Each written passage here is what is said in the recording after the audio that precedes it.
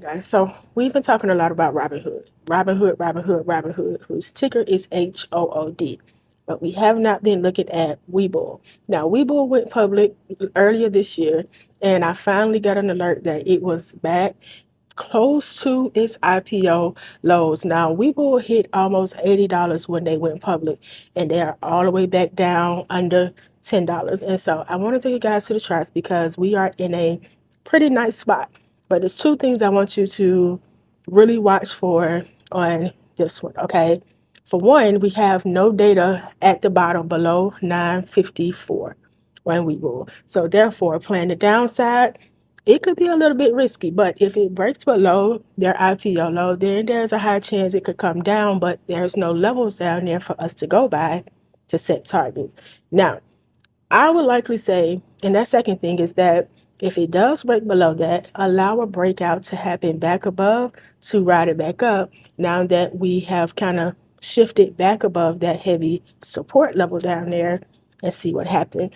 But I'm going to take you to the chart, show you what I'm looking at, kind of where we are, and just sort of the move that I'm looking to make as long as everything plays out as it's supposed to. As you guys can see, Webull has been on a decline since Monday.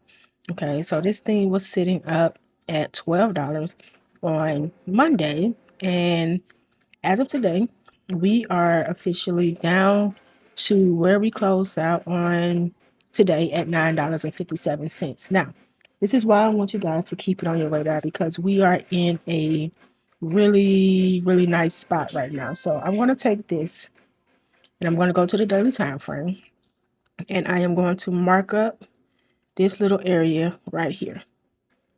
Okay. So you can kind of see where we are at the top. So let's zoom this out a little bit. And you guys see over here. Now this is when around the time they went public, which is in April. And this low was sitting at $9.54. And where we closed out today, well, not closed out, but the low that we hit was $9.55. And we saw a slight little bounce up to where this thing went at $9.71. So this is why I want you guys to keep it on your radar because we are in a heavy spot from when they went public. Okay, so they went public on the 7th, but this here was on the 11th when we hit down here. So if it can hold up above this level from one of its or I guess I would say IPO lows, then we can begin to kind of push back up. Really small gap that we kind of working with here on this daily time frame, which is about from 1029 to, let's see, 1018. So very small gap here.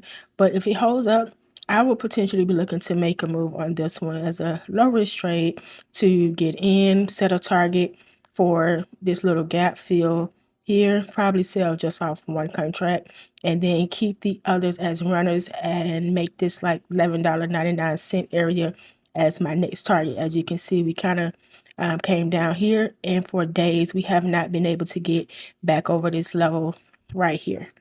Okay, so it can go from here to here and it could see some turbulence. So unless we get over this piece, we may see this thing come back down. It just all depends. So the key here would be securing profit as it goes. And they also have earnings coming up November 20th. So plenty enough time. But for me, I would be looking to hold this probably, well, I wouldn't say hold it, but get an expiration date for about like December, maybe January. Don't think it'll take that long, but of course, multiple contracts and just having time. So it breaks above this $11.99. Then I have another target right up in this little area up in here around 1270, and I have another higher target up here at around $16. But of course, it will take a little bit of time and holding this thing to let it run up. But if we break below this level here, we have no data to go by. So it's going to be crucial that it holds up here. And if not, I will probably wait it out until we break this, retest back above this little level here so that we're just not making a premature move. Also, take note of the RSI is sitting at 28 right now. So it's extremely oversold, which could definitely attract the buyers to start pushing it back up. So keep this on the radar. it could be a very good play. And let me mark this up here too. Right over here from that IPO, you see that touch we had there, that resistance.